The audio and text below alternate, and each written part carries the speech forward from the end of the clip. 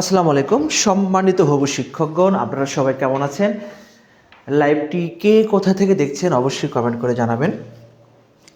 আমরা দীর্ঘ একটি বিরতির পর আমরা আবারও লাইভে এসেছি এবং ক্লাসগুলো আমরা এখন নিয়মিত করবো ইনশাল্লাহ। আপনারা লাইভটি অবশ্যই কে কোথা থেকে দেখছেন কমেন্ট করে জানাবেন। আমরা ইতিমধ্যেই আজকে দেখতে পাচ্ছেন যে আমরা 16তম শিক্ষক নিবন্ধন প্রিলির গণিত অংশের ব্যাখ্যাংশের সমাধান এর আগে একটি ক্লাস করেছিলাম। সেখানে আমরা কিছু প্রশ্ন রেখে গিয়েছিলাম। আমাদের টার্গেট হচ্ছে 18তম শিক্ষক নিবন্ধন থেকে 6ষ্ঠতম শিক্ষক নিবন্ধন পর্যন্ত প্রত্যেকটি পরীক্ষার সকল প্রশ্ন ব্যাখ্যাংশ সমাধান করা, এবং এটা আমরা প্রত্যেক দিন এটা শিডিউল করে করব। এবং আপনারা সাদিক পাবলিকেশন পেজে কিন্তু এখন থেকে নিয়মিত ক্লাস পাবেন এবং প্রত্যেকটি ক্লাস কিন্তু নিয়মিত হবে। মানে বিশেষ করে আমার গণিত ক্লাসটা আপনারা নিয়মিত পাবেন, এখানে একদিনও গ্যাপ যাবে না ইনশাল্লাহ। শুধুমাত্র শুক্রবার ছাড়া বাকি সব দিন আপনারা ক্লাস পাবেন। অবশ্যই আপনারা লাইভে কে কে যুক্ত আছেন এবং কোথা থেকে যুক্ত আছেন অবশ্যই একটু কমেন্ট করে জানাবেন। আমরা 1 থেকে 10 পর্যন্ত প্রশ্নগুলো করেছিলাম। আজকে একটু তারপর থেকে একটু প্রশ্ন সমাধান করার চেষ্টা করি। আপনাদের যদি কোনো সমস্যা থেকে থাকে অবশ্যই একটু কমেন্ট করে জানাবেন। দেখেন, আপনারা যারা যুক্ত হয়েছেন আমি আপনাদেরকে আবারও বলছি, এখানে আমরা যে প্রশ্নটা দেখতে পাচ্ছি আপনাদের সাথে নিয়মিত যুক্ত হতে পেরে আমারও অনেক ভালো লাগে যে আপনারা আমার ক্লাস উপভোগ করেন, অনেক সময় নিয়ে দেখেন, এই জন্য আপনাদেরকে অসংখ্য ধন্যবাদ। আমরা এখানে দেখতে পাচ্ছি যে একটি এবিসি ত্রিভুজ একটি সমবাহু ত্রিভুজ, তাহলে উহার এবি এবং এসি বাহুকে বর্ধিত করলে উৎপন্ন কোণদ্বয়ের সমষ্টি, অর্থাৎ বর্ধিত কোণদ্বয়ের সমষ্টি বের করতে বলছে। তাহলে আমরা যখনই এই টাইপের প্রশ্ন পাবো, হুমায়রা আপনি দিনাজপুর থেকে দেখছেন, আপনাকে অসংখ্য ধন্যবাদ। আপনি কিন্তু আমাদের ক্লাসগুলো নিয়মিত দেখেন। এখানে আমরা এই জায়গা থেকে খেয়াল করব, একটা ত্রিভুজ অঙ্কন করব। আমরা একটা এবিসি ত্রিভুজ অঙ্কন করলাম, একটা এ বি সি। আপনারা প্রত্যেকেই জানেন একটি সমবাহু ত্রিভুজের 3টি কোণের পরিমাণ সমান, অর্থাৎ 3টি কোণের পরিমাণ যদি সমান হয় তাহলে অবশ্যই প্রত্যেকটি কোণের পরিমাণ 60 ডিগ্রি। কেন? ত্রিভুজের 3 কোণের যোগফল 180 ডিগ্রি। এই জন্য এখানে যে কয়টি কোণ রয়েছে প্রত্যেকটি কোণের পরিমাণই হবে 60 ডিগ্রি করে। এটা 60 ডিগ্রি, এটা 60 ডিগ্রি, এটা 60 ডিগ্রি। আমরা এটাকে যদি বর্ধিত করি এবং এটাকে যদি বর্ধিত করি, বলছে এবি এবং এসি বাহুকে বর্ধিত করলে যে কোণ দুটি এখানে বর্ধিত, যে দুটি কোণ উৎপন্ন হচ্ছে ওই দুটি কোণের পরিমাণ আমাদের নির্ণয় করতে বলছে। তাহলে এই যে কোণটা এবং এই যে কোণটা, এই দুইটা কোণের পরিমাণ আমরা নির্ণয় করব। তাহলে এই দুটি কোণের পরিমাণ আমরা নির্ণয় করব। আপনারা একটু খেয়াল করুন, এটা এই যেটা রেখা এটা কিন্তু একটা সরল কোণ, অর্থাৎ এখান থেকে এইটুকুর যে পরিমাণ, এই পরিমাণটা হচ্ছে 180 ডিগ্রি। যেহেতু এখানে 60 ডিগ্রি আছে তাহলে এই কোণটা হবে 120 ডিগ্রি। তাহলে 120 এবং এই 60 যোগ করলে 180 ডিগ্রি হবে। আবার যখন এখানেও সেম এই কোণটা হবে 120 ডিগ্রি। এখন আমাদের এই দুটো কোণের সমষ্টি বের করতে বলছে, তাহলে যোগ করে দিলে আমরা পাবো হচ্ছে 200, এখান থেকে 240 ডিগ্রি। তাহলে আমাদের সঠিক উত্তর হবে 240 ডিগ্রি। তাহলে এই প্রশ্ন যখন আপনারা সমাধান করবেন তখন অলোক হালদার আপনি 11 নাম্বার দিয়েছেন, আপনার সঠিক উত্তর হয়েছে, আপনার উত্তর সঠিক হয়েছে, আপনাকে অসংখ্য ধন্যবাদ। তাহলে একটি সমবাহু ত্রিভুজ থেকে আপনি কি কি জানতে পারবেন? একটি সমবাহু ত্রিভুজ থেকে 3টি কোণের পরিমাণ আপনার জানা থাকবে এবং 3টি কোণের পরিমাণ দিয়ে আপনি অন্যান্য কোণগুলো নির্ণয় করতে পারবেন, বহিস্থ কোণগুলো নির্ণয় করতে পারবেন। এবং সমবাহু ত্রিভুজ থেকে আরও কয়েকটি জিনিস আপনারা জানবেন। আমি এইগুলো আপনাদের একটু লিখে দিই, আপনারা চাইলে স্ক্রিনশট দিয়ে রাখতে পারেন। একটা সমবাহু ত্রিভুজ, প্রত্যেকটি বাহুর পরিমাণ আমি এ ধরে নিলাম, এ। এখন সমবাহু ত্রিভুজের একটি ক্ষেত্রফল আছে, তাহলে এই সমবাহু ত্রিভুজের ক্ষেত্রফলটাকে আমরা প্রকাশ করি হচ্ছে বর্গমূল 3/4 ইন্টু বাহু স্কোয়ার। এবং ক্ষেত্রফলের একক আপনারা জানেন বর্গ একক দ্বারা প্রকাশিত করা হয়। এবং সমবাহু ত্রিভুজের একটি উচ্চতা আছে, আমরা যদি এই উচ্চতাটাকে প্রকাশ করি তাহলে এই উচ্চতাকে আমরা লিখি হচ্ছে, উচ্চতাকে আমরা প্রকাশ করি এভাবে যে √3/2 ইন্টু বাহু। এবং উচ্চতা যখন লিখব তখন আমরা শুধু একক দ্বারা প্রকাশিত করব। তাহলে এই যে দেখেন, আপনাদেরকে আমি কেন বলি যে আপনারা ব্যাখ্যা সহ সমাধান করবেন, ব্যাখ্যাসহ সমাধানটা আমি এই জন্যই করতে বলি যে ব্যাখ্যাসহ যখন সমাধান করবেন, যেমন আমরা সমদ্বিবাহু ত্রিভুজ নিয়ে কাজ করতে পারি, সমবাহু ত্রিভুজ নিয়ে কাজ করতে পারি, ওই ত্রিভুজের যে অংশগুলো আমাদের যে মানে প্রশ্নগুলো হইতে পারে সেই প্রশ্নগুলো কিন্তু আমরা সেখানে আলোচনা করে দিচ্ছি। এই জন্য এখন এখান থেকে যে টাইপের প্রশ্ন আসুক না কেন আপনি কিন্তু সেই প্রশ্নে কিন্তু সমাধান করতে পারবেন। ইতিমধ্যে নাইম পাটোয়ারি আপনি বলেছেন ঠাকুরগাঁ থেকে, আপনাকে অসংখ্য ধন্যবাদ। আপনি সালাম জানিয়েছেন, ওয়ালাইকুম আসসালাম। আপনারা সবাই কেমন আছেন একটু কমেন্ট করে জানাবেন, এবং লাইভটিকে একদম ক্লিয়ার দেখতে পাচ্ছেন কিনা এটা একটু কমেন্ট করে জানাবেন। দেখেন, আমরা যদি পরবর্তী প্রশ্ন দেখি, এখানে আমাদের একটি বীজগণিতীয় রাশি দেওয়া রয়েছে, বলছে এই বীজগণিতীয় রাশির গসাগু নির্ণয় করো। আমি কিন্তু প্রত্যেকটি লাইভে কিন্তু আপনাদেরকে বলি যে আমাদের জন্য বীজগণিতীয় রাশিটা মানে অসম্ভব রকমের ইম্পর্টেন্ট। যে বীজগণিতীয় রাশি এটা আমাদের জন্য কতটা গুরুত্বপূর্ণ, এখান থেকে গসাগু এবং লসাগু যেটা, কারণ গসাগু এবং লসাগু প্রত্যেকটি পরীক্ষায় অর্থাৎ ষষ্ঠ শিক্ষক নিবন্ধন থেকে 18তম শিক্ষক নিবন্ধন, স্কুল 2 এবং কলেজ লেভেলের প্রত্যেকটি জায়গায় কিন্তু একটি অথবা দুইটি প্রশ্ন এসেছে। এই জন্য আপনাদের অবশ্যই গসাগু এবং লসাগু সম্পর্কে বিস্তারিত ধারণা রাখবেন। আমাদের পেজে কিন্তু বিস্তারিত দেয়া রয়েছে, অথবা আপনারা চাইলে, আপনারা যারা একদমই নতুন এখন আপনার ভিডিও দেখছেন, আপনারা কিন্তু চাইলে যে আমার একটা ইউটিউব চ্যানেল রয়েছে AN আনোয়ার ইজি ম্যাথ, আপনারা চাইলে আমার এই ইউটিউব চ্যানেল থেকে কিন্তু গসাগু এবং লসাগুর পূর্ণাঙ্গ ভিডিও দেখতে পারবেন। সম্পূর্ণ মানে টোটাল আলোচনা করা রয়েছে এখানে, লসাগু এবং গসাগু সম্পর্কে বিস্তারিত বেসিক সহ আলোচনা করা রয়েছে। আপনারা চাইলে আমার এই ইউটিউব চ্যানেল থেকে কিন্তু ভিডিওটা দেখে আসতে পারেন। আচ্ছা, এখন আমরা প্রথমে যে কাজটা করব,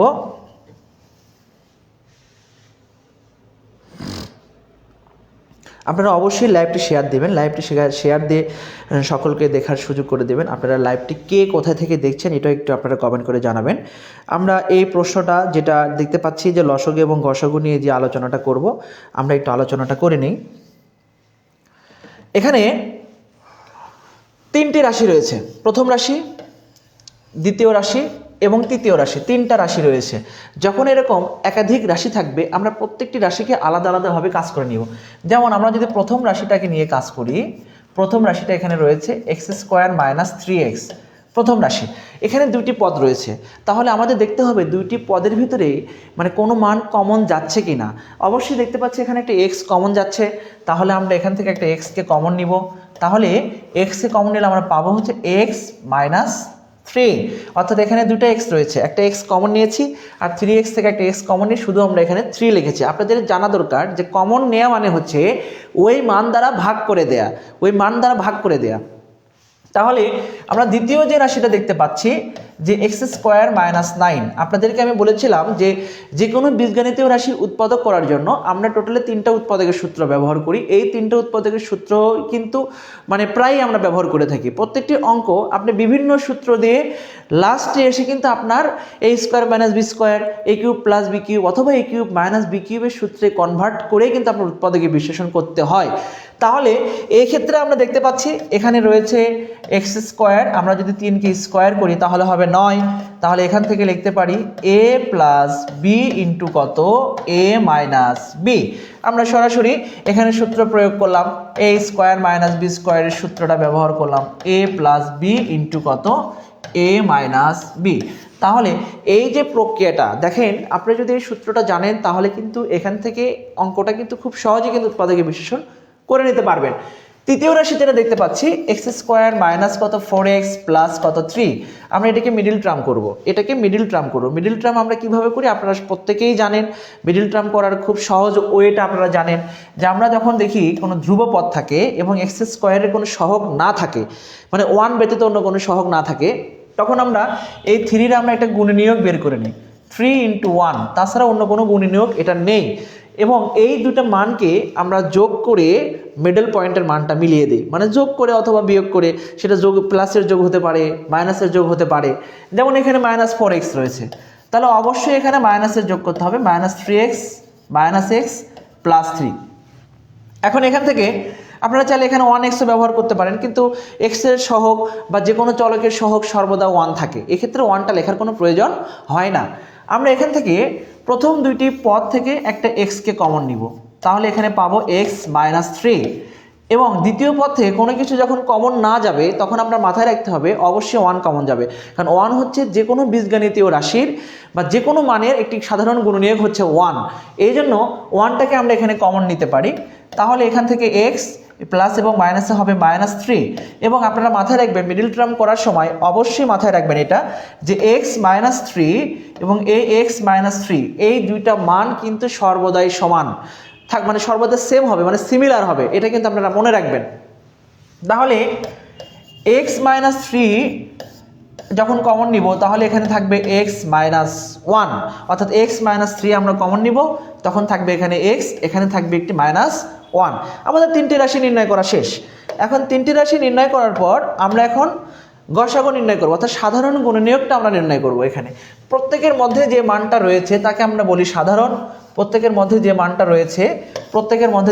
রয়েছে তাহলে আমরা স্পষ্টভাবে বলতে পারি গসাগু হবে এখানে গসাগু হবে এক্স মাইনাস থ্রি, অর্থাৎ প্রত্যেকটি মানের ভিতরেই রয়েছে এক্স মাইনাস থ্রি। এই জন্য আমরা গসাগুটাকে এক্স মাইনাস থ্রি দ্বারা প্রকাশিত করব। হুমায়রা আপনার উত্তর সঠিক হয়েছে, আপনাকে অসংখ্য ধন্যবাদ। আমাদের গ নম্বর উত্তর অলোক আপনিও বলেছেন আপনার উত্তর সঠিক হয়েছে, আপনাদের অসংখ্য ধন্যবাদ। আপনারা অবশ্যই লাইভটি শেয়ার করে দিবেন, সবাইকে দেখার সুযোগ করে দিবেন এবং লাইভটিকে কোথা থেকে দেখছেন একটু কমেন্ট করে আপনারা জানাবেন। আপনাদের ইতিমধ্যেই আপনারা জানেন যে আমাদের শিক্ষক নিবন্ধনের মাধ্যমে মানে ইনটিএসসি-এর মাধ্যমে কিন্তু প্রতিষ্ঠান প্রধান নিয়োগের একটা প্রতিষ্ঠান প্রধান কিন্তু ইতিমধ্যে নিয়োগ হচ্ছে, প্রতিষ্ঠান প্রধান সহকারী প্রধান।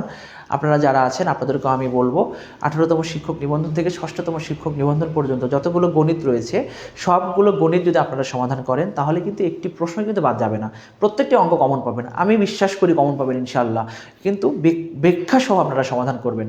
আচ্ছা, পরবর্তীতে আমরা সূচকের মূল্যগণিত আমাদের একটি প্রশ্ন এসেছে, এটা সূচকের প্রশ্ন এবং এই প্রশ্নটা মোস্ট ইম্পর্টেন্ট একটি প্রশ্ন। শুধুমাত্র যে শিক্ষক নিবন্ধন পরীক্ষাই না, এটা প্রাথমিক সহকারী শিক্ষক নিয়োগ থেকে শুরু করে বিসিএস থেকে শুরু করে বাংলাদেশের চাকরির বাজারে যত রকমের পরীক্ষা হয়েছে প্রত্যেকটি পরীক্ষায় এই প্রশ্নটি এসেছে, শুধু একবার না একাধিকবার এই প্রশ্নটি এসেছে।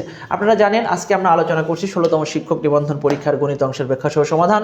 এখানে আমরা আপনাদের বলে রাখি, আপনারা যারা নতুন জয়েন করলেন আমি এখানে বলে রাখি আজকে আমাদের আলোচনাটা হচ্ছে 16তম এনটিআরসি কলেজ লেভেলের প্রশ্নটা আমরা আলোচনা করছি আজকে, যে কলেজ লেভেলের প্রশ্নটা নিয়ে আলোচনা করব। এবং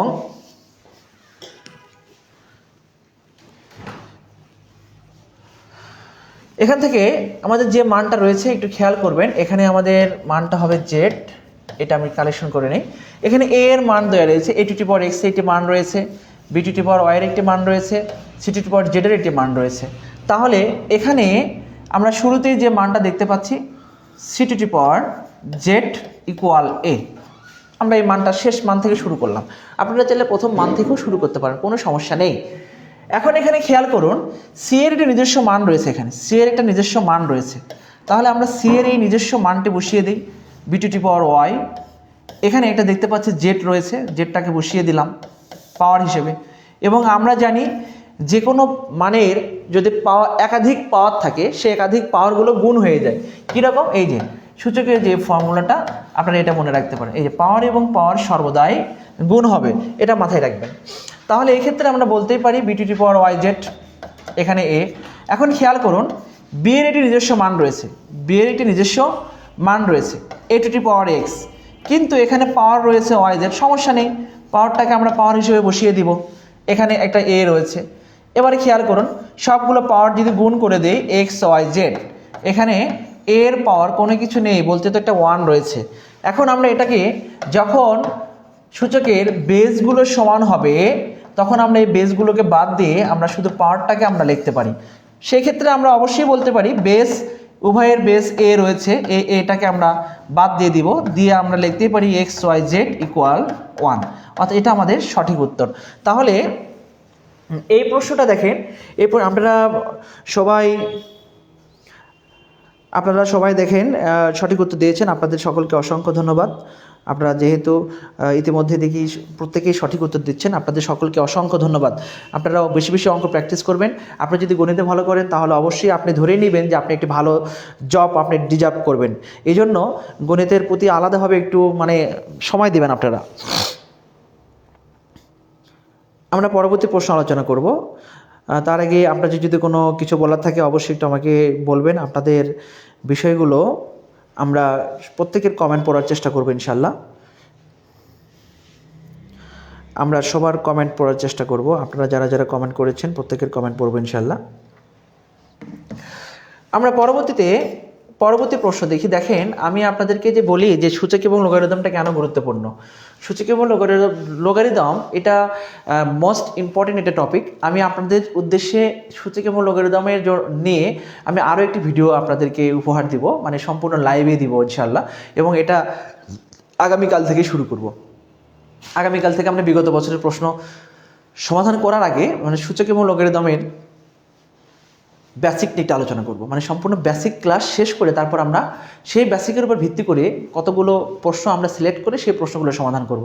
কারণ সূচক এবং লগারিদম এটা খুবই গুরুত্বপূর্ণ একটি পার্ট, যেটা আপনাদেরকে স্কিপ করার কোনো সুযোগ নেই।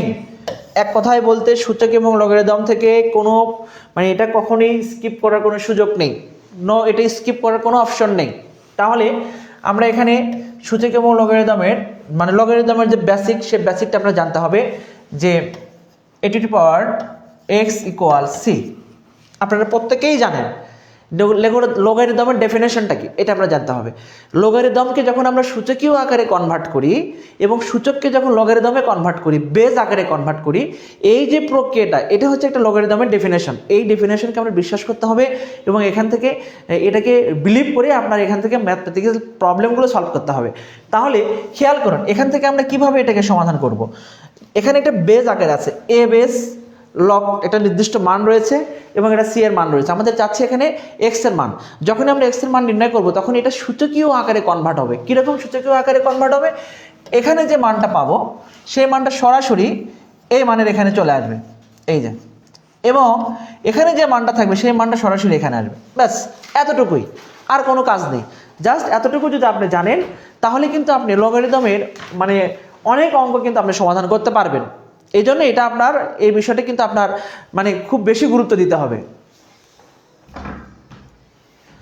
তাহলে আমরা এই ডেফিনেশনটা জানবো। এই ডেফিনেশনটা আমাদের প্রত্যেকে জানতে হবে, কারণ এই ডেফিনেশনটা আমাদের জন্য খুবই গুরুত্বপূর্ণ একটি ডেফিনেশন। তারপর এখান থেকে আমরা দেখতে পাচ্ছি যে মানটা দেয়া রয়েছে log 10x - 2। Okay fine. তাহলে এখান থেকে আমরা এই ডেফিনেশন অনুযায়ী এখান থেকে বসাইতে পারি। এখানে যদি নেগেটিভ থাকে সেই নেগেটিভ সহ চলে আসবে এবং এখানে এক্স। আমাদের কাজ শেষ, আমাদের আর কোনো কাজ এখানে দেখতে পাচ্ছি না।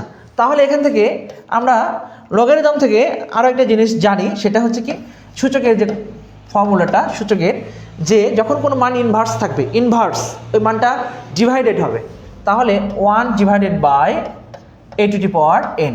এখানে n হিসেবে যে মানটা থাকবে সেই মানটা পুরোটাই নিচে চলে যাবে। ইনভার্সের অর্থ 1/, এখানে ব্যস্ত অনুপাত আমরা করে ফেলবো মানটাকে।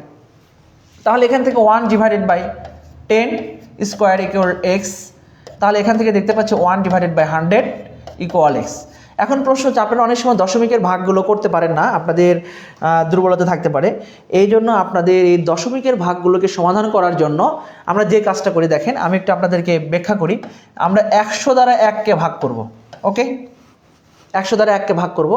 তাহলে 1-এর মধ্যে 100 যাবে না।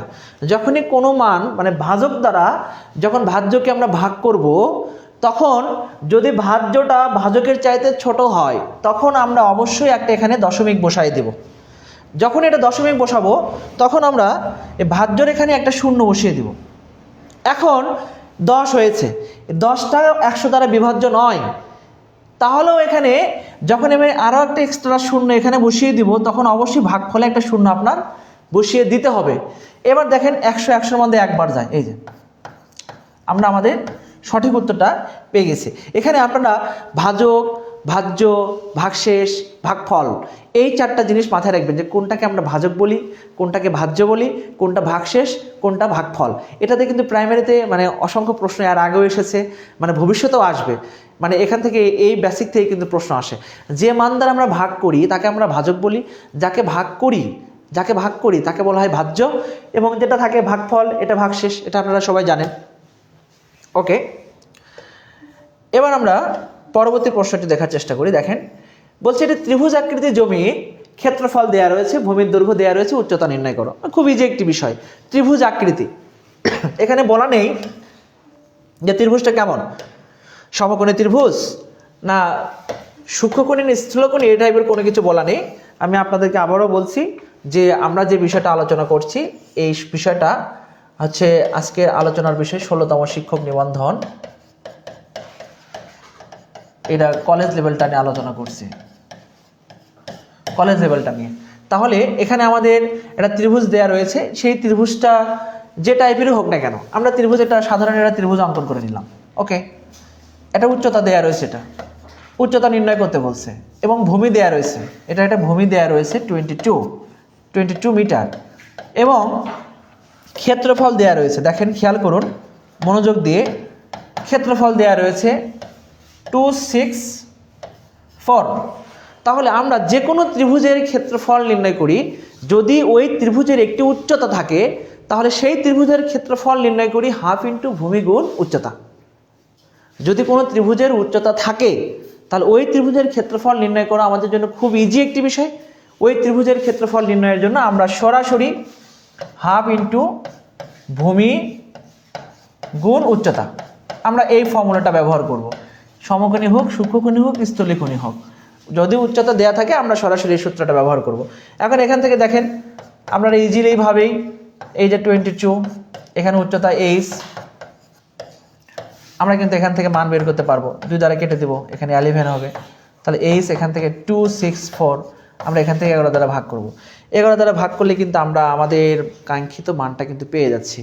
তাহলে আপনারা খেয়াল করুন, এখানে 11 × 22, 4 × 11 44, তাহলে আমাদের উচ্চতার মান কিন্তু হচ্ছে 24 মিটার। তাহলে এই টাইপের প্রশ্ন, আমি আবারও বলছি, অলোক আপনার উত্তর সঠিক হচ্ছে, আপনাকে অসংখ্য ধন্যবাদ। আমি কিন্তু বারবার কিন্তু আপনাদের বলে যাচ্ছি যে আমরা সমাধান করব, সমাধান করার সময় আমরা একটা বেসিকটা দেখব যে এটা মানে কী টাইপের বেসিকের মধ্যে পড়ছে, মানে এটার মানে ক্যাটাগরিটা কেমন, এই ক্যাটাগরিটা আমরা মানে আইডেন্টিফাই করতে পারবো। আইডেন্টিফাই করতে পারলেই কিন্তু সেই অঙ্কটা কিন্তু আমরা খুব স্বল্প সময়ে সমাধান করতে পারবো। আচ্ছা, আপনাদেরকে অসংখ্য ধন্যবাদ যে দীর্ঘ রাত, মানে এখন প্রায় রাত 11টা, এই সময় কিন্তু আপনারা মানে 11টার কাছাকাছি সময়, 10:30 পার হয়েছে, এত কষ্ট করে লাইভটি দেখার জন্য আপনাদের সকলকে অসংখ্য ধন্যবাদ, আবারও ধন্যবাদ জানাচ্ছি। দেখেন, আমাদের এখানে বীজগণিতীয় রাশি থেকে একটি প্রশ্ন আছে, এই প্রশ্নটা আমাদের নির্ণয় করতে বলছে। এখন বীজগণিতীয় রাশি থেকে যখন আপনি প্রশ্ন সমাধান করবেন, তখন আমি আপনাদের আবারও বলছি, বীজগণিতীয় রাশি থেকে প্রশ্ন সমাধান করতে হলে অবশ্যই আপনাকে কি জানতে হবে, অবশ্যই সূত্রগুলি জানতে হবে। মানে এটার যে রুলসগুলো রয়েছে এই সূত্রগুলো আপনাকে অবশ্যই জানতে হবে। সূত্রের বিকল্প কোনো অপশন এখানে নেই, আপনাকে অবশ্যই সূত্র জানতে হবে, সূত্র জেনে এখানে আপনাকে সমাধান করতে হবে। দেখেন, এখানে x - 1/x এর মান রয়েছে, এখানে এই যে মানটা রয়েছে, এটার মান আমাদের নির্ণয় করতে বলছে। আমরা কিভাবে নির্ণয় করব? আমরা x + 1/x দিয়ে দিব হোল স্কোয়ার, মান বের করব। আমরা জানি, আমরা একটা সূত্র জানি, আমি এখানে ছোট্ট করে লিখে দিই, a - b হোল স্কোয়ার সমান লেখা যায় a + b whole square - 4ab। কারণ যখন আমরা মাইনাস থেকে প্লাসের মান বের করব তখন অবশ্যই 4ab সূত্রটা ব্যবহার করতে হবে। আবার খেয়াল করুন, যখন a + b হোল স্কোয়ারের সূত্র ব্যবহার করি তখন আমরা লিখি যে a - b whole square + 4ab। তাহলে এখানে এটা হচ্ছে a, এই পুরো মানটা হচ্ছে b। যেহেতু মানটা মাইনাসে রয়েছে আমরা লিখতেই পারি a - b whole square + 4ab। এখানে x - 1/x এর মান শুধু 5 হবে, এখানে আমাদের শুধু 5 বসিয়ে দিই, দেখেন এটা এবং এটা কেটে যাচ্ছে, +4, 25 +4, তাহলে এখানে আমাদের মানটা হবে 29। এই যে 29 দেখেন। তাহলে এই যে প্রক্রিয়াগুলো যদি আপনারা সহজে সমাধান করতে চান তাহলে অবশ্যই কিন্তু আপনার এরকম বেসিকগুলো ক্লিয়ার করতে হবে। এবং আপনারা ইতিমধ্যে জানেন যে আমি আমাদের সাদিক পাবলিকেশনের পক্ষ থেকে গণিতের বিষয়ভিত্তিক যে কোর্সটি চালু করা হবে, এটা খুব দ্রুত সময়ের মধ্যে চালু করা হবে। অলরেডি আমাদের বিষয়ভিত্তিক কোর্সের ভর্তি চলছে। গণিতের যে বিষয়ভিত্তিক কোর্সটা হবে, আমি যদি আপনাদেরকে একটু বলে নেই, আমাদের গণিতের বিষয়ভিত্তিক কোর্সে আপনারা কি কি পাবেন হচ্ছে অধ্যায় ভিত্তিক, সম্পূর্ণ অধ্যায় ভিত্তিক, একদম বেসিক থেকে শুরু করে অ্যাডভান্স লেভেল পর্যন্ত আপনারা জানতে পারবেন এবং এখান থেকে কী টাইপের এমসিকিউ প্রশ্ন হতে পারে এটা সম্পর্কে একটা বিস্তারিত ধারণা পাবেন। এবং প্রত্যেকটি ক্লাস শেষে আপনারা একটা টপিক আলোচনা হয়ে গেল, সেই টপিকের ওপর থেকে কিন্তু আপনারা মোটামুটি 50 থেকে 60টা বা 100টা পর্যন্ত আপনারা এমসিকিউ পেতে পারেন। আমি আশা করছি যে এভাবে যদি আপনারা সমাধানগুলো করতে পারেন বা কোর্স যদি কমপ্লিট করতে পারেন তাহলে কিন্তু আপনার মোটামুটি আপনারা একটা ভালো ফলাফল করবেন, এতটুকু আমি বিশ্বাস করি। দেখেন, তারপরে আমাদের এখানে লসাগু থেকে এখানে আরেকটা প্রশ্ন দিয়েছে, লসাগু নির্ণয় করতে বলছে। এই প্রশ্নটা আপনারা পারবেন, এটা আমি আপনাদের উদ্দেশ্যে রেখে দিলাম। আমরা এখানে একটা প্রশ্ন দেখতে পাচ্ছি, একটু খেয়াল করুন যে এই প্রশ্নটা অনেকটাই ইম্পর্টেন্ট একটি প্রশ্ন। আমরা এই প্রশ্নের এটি সমাধান করি, দেখি এই প্রশ্নটা কি বলছে। এখানে x² + 1/x² এর মান দেওয়া রয়েছে। আপনি যখনই কোনো অঙ্ক দেখবেন, মানে বীজগণিত রাশিমালার স্কোয়ার, 4, 6 যে মানই থাক না কেন, আপনি সর্বদাই চেষ্টা করবেন x + 1/x এর মান নিয়ে আসা অথবা x - 1/x এর মান নিয়ে আসা। এখন এখানে যে মানটা নির্ণয় করতে বলছে, মানে যে মানটা আমরা নির্ণয় করব, খেয়াল করুন, x⁻6 + 1x³। তাহলে এই মানটা হচ্ছে কি, এই x³ উভয়ের নেসে আছে, এই যে উভয়ের নেসেই রয়েছে। তাহলে এখান থেকে আমরা কেটে দিলে পাবো কি, x³ + 1/x³। বাস, সহজ হিসাব। আমরা 6কে কেটে দিলে 6 ভাগের বেলায় পাওয়ারগুলো বিয়োগ হয়, আপনারা জানেন সূচকীয় ফর্মুলায়। তাহলে এখানে 6 থেকে 3 বাদ দিলে এখানে 3 হচ্ছে। এখন এই মানটা চাচ্ছে, অর্থাৎ x + 1/x। তাহলে অবশ্যই আমাদের এখান থেকে প্লাসের মানটা বের করতে হবে। আমরা জানি যে x² + b² সমান লেখা যায় a + b² - 2ab। ওকে, তাহলে এখান থেকে আমাদের মানটা রয়েছে 3। আমরা এখান থেকে দেখেন x + 1/x এর মানটা সরাসরি বের করতে পারি। 3 আর 2 যোগ করব, 5 হয়ে যাবে। অতএব বলতেই পারি যে x + 1/x = বর্গমূল 5 পেয়েছি। এখন a³ + b³ এর সূত্র যদি আমরা এখানে বসিয়ে দিই, দেখেন a + b³ - 3ab * a + b। তখন কিন্তু আমরা এখানে স্পষ্টভাবে বলতে পারি আর মানটা কত, বর্গমূল 5। এখানে এটা হোল কিউব -3, এটা কেটে দিলাম, বর্গমূল 5। তাহলে আমি কিন্তু আপনাদেরকেও প্রত্যেকটি লাইভে কিন্তু শিখিয়েছি যে বর্গমূলের যুক্ত মানের পাওয়ার যখন কিউব করি আমরা, আমি আবারও বলি, বর্গমূল যুক্ত মানের পাওয়ার যখন আমরা কিউব করি তখন আমরা যে মানটা পাই, এখানে 2টা বর্গমূলকে এক জায়গায় করে নিই এবং একটা বর্গমূলকে সিঙ্গেল রেখে দিই এবং স্কোয়ার রুট কেটে গেলে এখানে হবে 5 আর একটা সিঙ্গেল বর্গমূল 5 থেকে যায়। তাহলে এখান থেকে আমরা লিখতেই পারি যে 5 বর্গমূল 5 মাইনাস কত, 3 বর্গমূল 5। এখন 5 বর্গমূল 5, 5টা বর্গমূল 5 থেকে যখন আমরা 3টা বর্গমূল বাদ দেব তখন অবশ্যই এখানে আমরা 2 বর্গমূল 5 থাকে। এই যে আমরা 2 বর্গমূল 5 এর মানটা আমরা নির্ণয় করে ফেলছি। দেখেন আমাদের সঠিক উত্তর হচ্ছে 2 বর্গমূল 5। তাহলে এই যে প্রক্রিয়াটা আপনি যদি একটু বেসিকগুলো জানেন তাহলে কিন্তু এই প্রশ্নগুলো খুব সহজে সমাধান করতে পারবেন। মানিক, আপনি বলেছেন আপনাকে গুলশানপাড়া মসজিদে দিলাম। জি, আমি আপনাদের আশেপাশেই থাকি, তাহলে হয়তো দেখতে পেরেছেন। আপনি সরাসরি আমার সাথে যোগাযোগ করবেন। আপনাকে অসংখ্য ধন্যবাদ। আমরা পরবর্তী প্রশ্ন দেখি।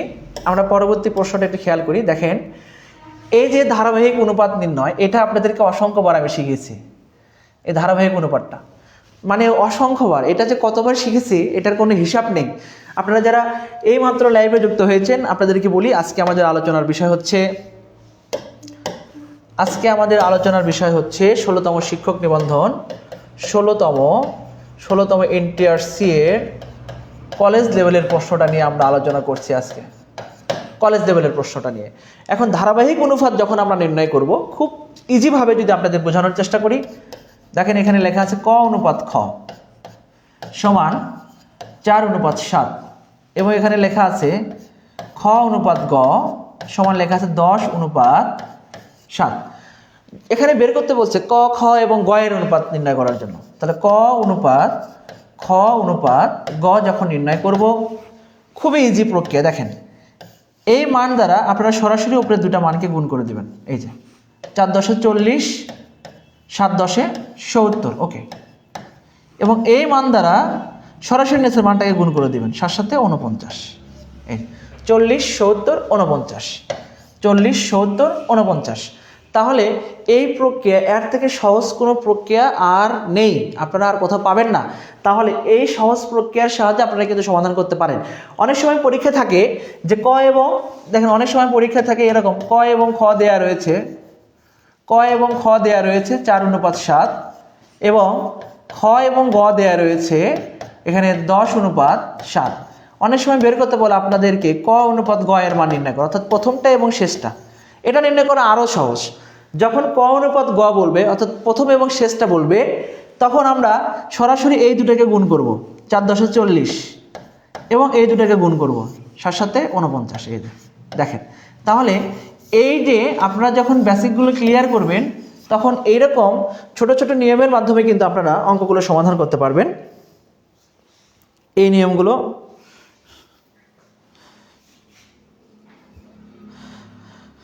মোজাম্মেল, আপনার উত্তর সঠিক হয়েছে। আপনি বলেছেন 18-র গ নাম্বার, 19-এর খ নাম্বার, আপনার উত্তর সঠিক হয়েছে, আপনাকে অসংখ্য ধন্যবাদ। আমরা আমাদের পরবর্তী প্রশ্ন নিয়ে আলোচনা করব। আপনাদেরকে একটু বলে রাখি, আপনারা যারা আমাদের সাথে লাইভে যুক্ত আছেন, আপনারা যারা আসন্ন 19তম শিক্ষক নিবন্ধন পরীক্ষা দিয়ে, মানে আমার মতো বা আপনাদের স্বপ্ন যদি থাকে একজন কলেজের শিক্ষক হওয়া, যেমন আমার স্বপ্ন ছিল কলেজের শিক্ষক হওয়া, আমি কিন্তু আমার স্বপ্ন পূরণ করতে পেরেছি আলহামদুলিল্লাহ। আমি প্রথমে হাই স্কুলে চাকরি করেছি, হাই স্কুলে 3 বছর চাকরি করার পর কলেজে যোগদান করেছি, অর্থাৎ দ্বিতীয় গণবিজ্ঞপ্তির মাধ্যমে হাই স্কুলে যোগদান করেছিলাম, তৃতীয় গণবিজ্ঞপ্তির মাধ্যমে আমি কলেজে যোগদান করেছি। তাহলে আপনাদেরও যদি এরকম একটা লক্ষ্য থাকে, তাহলে অবশ্যই আমি বলবো আপনারা এখন থেকে মানে পড়াশোনা স্টার্ট করুন। শুধুমাত্র বিষয়ভিত্তিক না, দুঃখিত, শুধুমাত্র সাধারণ যে 100 বাংলা, ইংরেজি, গণিত এবং যে আমাদের সাধারণ নলেজ জিকে যেটাকে বলা হয়, এই 3টা পার্ট, এই 4টা পার্টের বাইরেও কিন্তু আপনার বিষয়ভিত্তিকে 100 মার্কসের এমসিকিউ রয়েছে। অর্থাৎ আপনাকে কিন্তু একই দিনে 200 মার্কসের পরীক্ষা দিতে হবে। যেমন আগের পরীক্ষার ক্যাটাগরি ছিল আমরা প্রথমে এমসিকিউ দিতাম, তারপর লিখিত দিতাম, তারপরে ভাইবা দিতাম। এখন কিন্তু আপনার একদিনে কিন্তু 200 মার্কসের পরীক্ষা দিতে হবে, তারপরে কিন্তু আপনার ভাইবা হবে। অর্থাৎ আগের তুলনায় বর্তমান প্রেক্ষাপটে প্রশ্নটা কিন্তু একটু মানে পরীক্ষা কিন্তু একটু ডিফিকাল্ট হচ্ছে আমার কাছে মনে হয়, কারণ আপনাকে আলাদাভাবে প্রস্তুতি নেওয়ার মতো কোনো সুযোগ দেয়া হচ্ছে না। যেমন আমাদের সময় বা আগের যে শিক্ষক নিবন্ধনগুলো ছিল, সেখানে লিখিত পরীক্ষা হইলেও কিন্তু এমসিকিউ এর পর মোটামুটি 2 থেকে 2.5 মাস সময় পাওয়া যেত। অর্থাৎ ওই সময়ে আপনি আপনার প্রস্তুতিটাকে একটু ভালোভাবে গুছিয়ে নিতে পারতেন, কিন্তু এখন কিন্তু সেই সুযোগ নেই, এখন সেই সুযোগ নেই। এই জন্য আপনাকে শুরু থেকেই আপনার প্রস্তুতিকে গুছিয়ে নিতে হবে। এই জন্য আমি বলবো আপনারা সময় নষ্ট না করে আপনারা পড়ার টেবিলে বসুন, আপনি পড়ার টেবিলে সময় দিন, আপনি আপনার লক্ষ্যে পৌঁছানোর জন্য আপনার নিজেকে সময় দিন। ধন্যবাদ সবাইকে। এখন আমরা পরবর্তী দেখি একটি কি প্রশ্ন রয়েছে এখানে। আচ্ছা, একটি গাড়ির চাকার পরিধি 5 মিটার, তাহলে 1 কিলোমিটার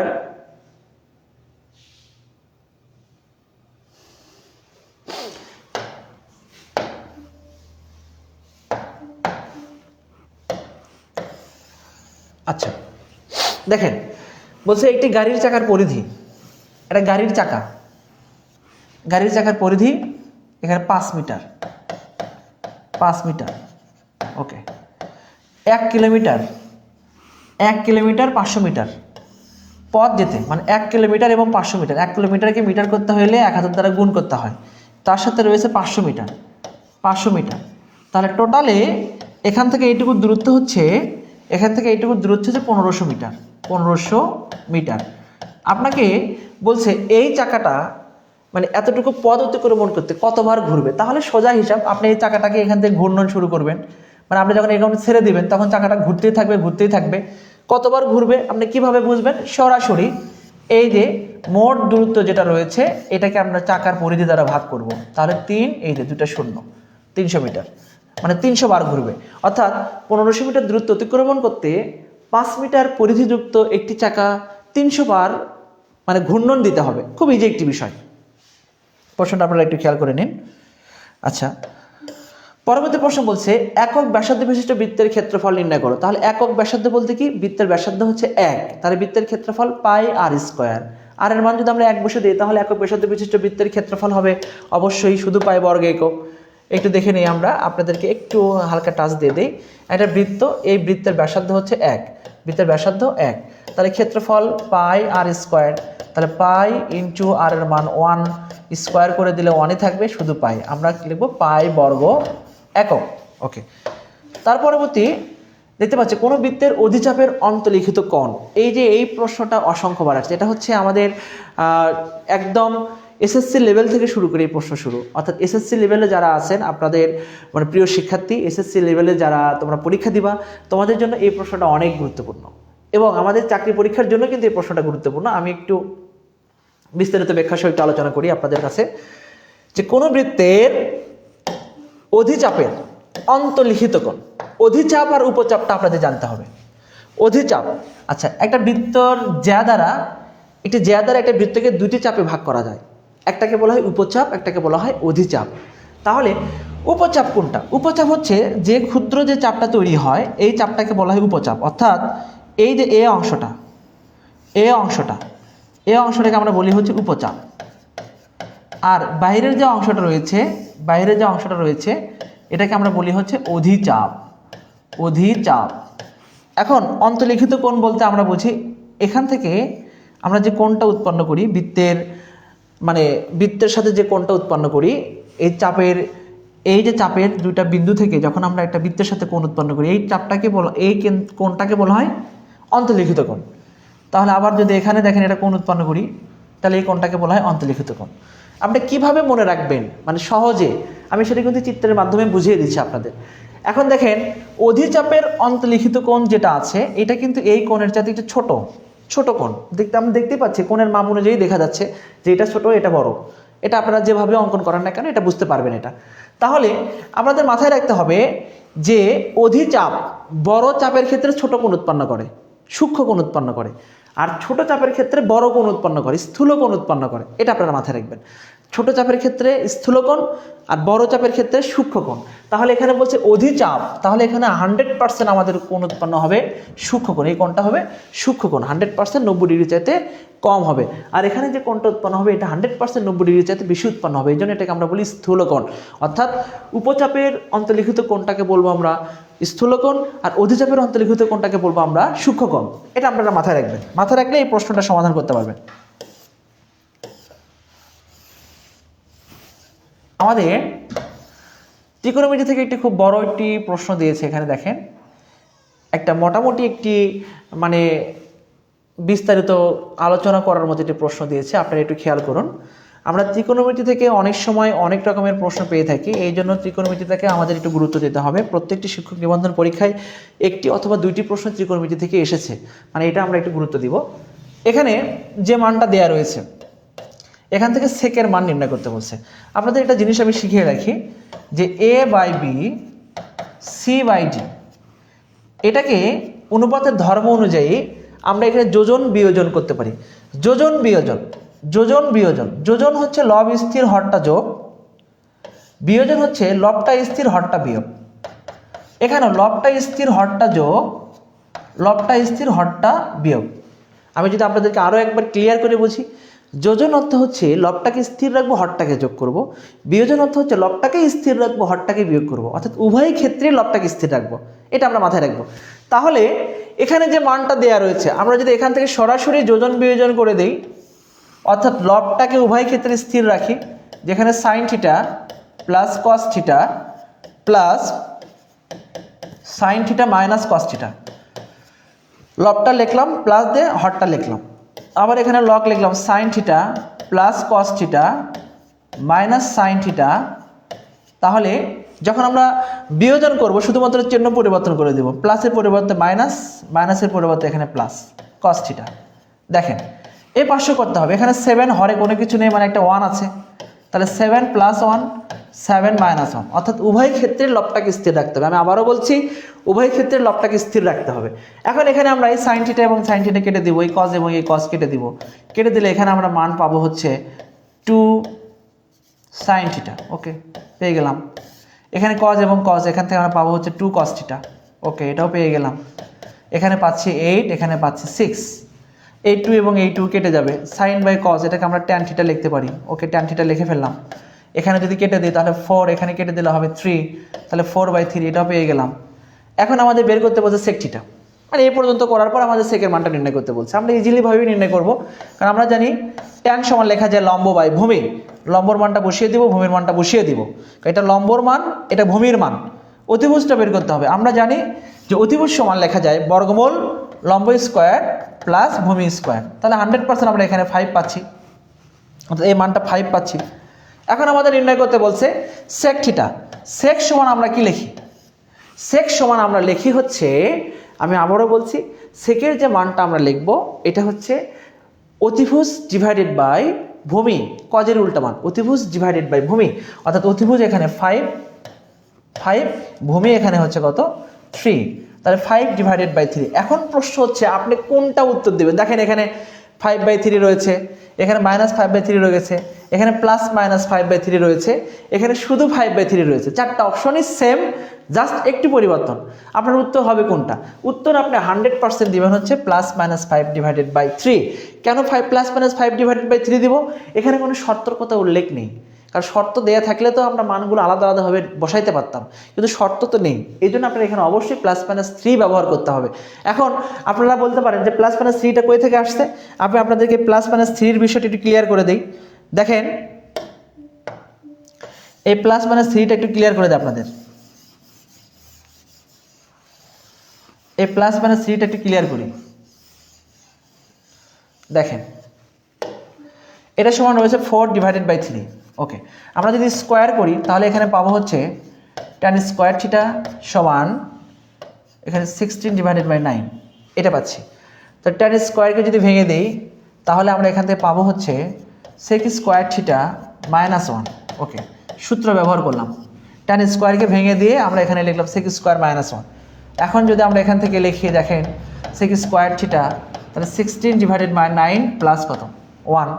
আমরা যখন এখান থেকে sec স্কোয়ার θ এখন লসাগু করবো, এখানে 9, তাহলে 16 প্লাস কত 9, তাহলে এখান থেকে আমরা লিখবো sec স্কোয়ার θ = কত 25/9। অর্থাৎ আমরা এখান থেকে sec θ মান, এই যে যখন স্কোয়ারটাকে বর্গমূল করব তখন এখানে লিখব +-5/3। দেখেন তাহলে যে প্লাস-মাইনাস যে আসার কারণটা, এটা কিন্তু আমি আপনাদেরকে ব্যাখ্যা সহ বুঝাই দিলাম। আপনারা আশা করি আপনারা বিষয়টা ক্লিয়ার বুঝতে পেরেছেন। আমরা আমাদের সর্বশেষ প্রশ্ন নিয়ে একটু আলোচনা করব আজকে। এখানে আমাদের বলছে সমীকরণের মূলদ্বয় হবে। এটি সমীকরণ, দ্বিঘাত সমীকরণের মূল হয় 2টি, আপনারা জানেন। এটি দ্বিঘাত সমীকরণের মূল হবে 2টি, 3 ঘাত সমীকরণের মূল হয় 3টি, 4 ঘাত সমীকরণের মূল হয় 4টি। তাহলে এখানে দ্বিঘাত সমীকরণ রয়েছে। এই দ্বিঘাত সমীকরণের মূল আমাদের বের করতে বলছে। এখানে আমরা দ্বিঘাত সমীকরণের মূল যখন বের করব তখন আমরা দেখব এই সমীকরণটাকে আমরা কোনোভাবে মিডল টার্ম করতে পারি কিনা। যদি মিডল টার্ম করতে পারি তাহলে মিডল টার্ম করব, আর যদি না পারি তাহলে দ্বিঘাত সমীকরণের যে সূত্রটা রয়েছে সেই সূত্রের সাহায্যে সমাধান করব। এখানে x² - x - 6 = 0। আমরা যদি এটাকে সমাধান করি, x² 6কে ভেঙে দেয়, মিডল টার্ম করি, 3 × 6, তাহলে এখানে লিখব -3x + 2x - 6। প্রথম দুইটা পদের মধ্যে আমরা একটা x কমন নিব, তাহলে এখানে x - 3, এখান থেকে আমরা +2 কমন নিব, তাহলে এখানে x 2 দ্বারা ভাগ করলে 3 × 6। এখন আমরা x - 3 একটা কমন নিব, x - 3 কমন নিলে এখানে আমরা পাবো x + 2 = 0। তাহলে আমরা জানি একাধিক মানের গুণফল 0 হলে প্রত্যেকটির গুণফল সমান আমরা লিখি 0, অর্থাৎ এইটা সমান 0, অথবা x + 2 সমান আমরা লিখি 0, অর্থাৎ x এর মান আমরা পাবো একটা হচ্ছে 3 এবং একটা x এর মান পাবো হচ্ছে আমরা কত -2। তাহলে আমাদের সঠিক উত্তর হবে 3, -2। তাহলে যখনই কোনো দ্বিঘাত সমীকরণ দেওয়া থাকবে ইকুয়াল 0 দেওয়া থাকবে আর দ্বিঘাত সমীকরণ থাকবে তখন তার মূল দুইটি আমরা এভাবে সমাধান করে বের করতে পারি। অথবা যদি কখনো এরকমভাবে সমাধান না হয় তাহলে আমরা দ্বিঘাত সমীকরণের যে ফর্মুলা রয়েছে -b প্লাস মাইনাস বর্গমূল b² minus 4ac divided by 2a এভাবে করতে পারি। এখানে a b c হচ্ছে a হচ্ছে x স্কোয়ারের সহগ, a হচ্ছে x স্কোয়ারের সহগ এবং b হচ্ছে x এর সহগ এবং c হচ্ছে ধ্রুবপদ। তাহলে খেয়াল করুন x স্কোয়ারের সহগটা এখানে কোনো কিছু নেই মানে 1 আছে, x এর সহগ এখানে আমরা সরাসরি -1 লিখে দিব, সামনে যদি নেগেটিভ চিহ্ন থাকে নেগেটিভ সহ আমরা সহগটা লিখব। ধ্রুবপদ c এর মানে এখানে আমরা দেখতে পাচ্ছি -6টা এখানে আমরা বসিয়ে দিব, দিয়ে আমরা এখানে মানটা বসিয়ে দিয়ে সমাধান করলেই আমরা আমাদের সঠিক উত্তরটা পেয়ে যাব। তাহলে এভাবেও কিন্তু আমরা আমাদের সমাধানটা করতে পারবো। আমাদের আজকে আলোচনার শেষ প্রশ্ন, একদম শেষ 16তম শিক্ষক নিবন্ধনের আলহামদুলিল্লাহ 25টা প্রশ্ন আমরা 2টা লেকচারে শেষ করেছি। তাহলে এখান থেকে আমরা 16তম শিক্ষক নিবন্ধন আমাদের যে কলেজ লেভেলে যে 16টি প্রশ্ন রয়েছিল মানে 25টি প্রশ্ন রয়েছিল 16তম শিক্ষক নিবন্ধন কলেজের সবগুলো প্রশ্ন ব্যাখ্যাসহ সমাধান করেছি 2টা লাইভ ক্লাসের মাধ্যমে। এখানে লেখা আছে রহিম এবং করিম বয়সের গড় দেয়া রয়েছে। আমি আপনাদেরকে অসংখ্যবার শিখিয়েছি বয়সের গড় দেয়া থাকলে সমষ্টি নির্ণয় করার জন্য গড়কে, এই যে গড়টা রয়েছে সেই গড়কে উপত্য সংখ্যা, কয়জন উপত্য এখানে রহিম এবং করিম দুইটি উপত্য রয়েছে, 2 দ্বারা গুণ করব, মানটা পেয়ে গেলাম। রহিম এবং হামজা এই দুজনের গড় রয়েছে, আমরা সমষ্টি নির্ণয় করলাম। ওকে, হামজার বয়স 11 বছর হলে করিমের বয়স নির্ণয় করতে বলছে। খুব ইজি, আমরা যদি প্রদত্ত সমীকরণকে বিয়োগ করে দিই, চিহ্ন পরিবর্তন, রহিম এবং রহিম কেটে যাবে, করিম মাইনাস হামজা বাদ দিলে হবে 30। এখানে হামজার বয়স দেওয়া রয়েছে, তাহলে করিম রেখে দিলাম, হামজার বয়স বসায় দিলাম, এই যে। তাহলে এখান থেকে আমরা বলতে পারি যে করিম সমান এই যে। খুব সহজে কিন্তু আমরা সমাধান করতে পারবো।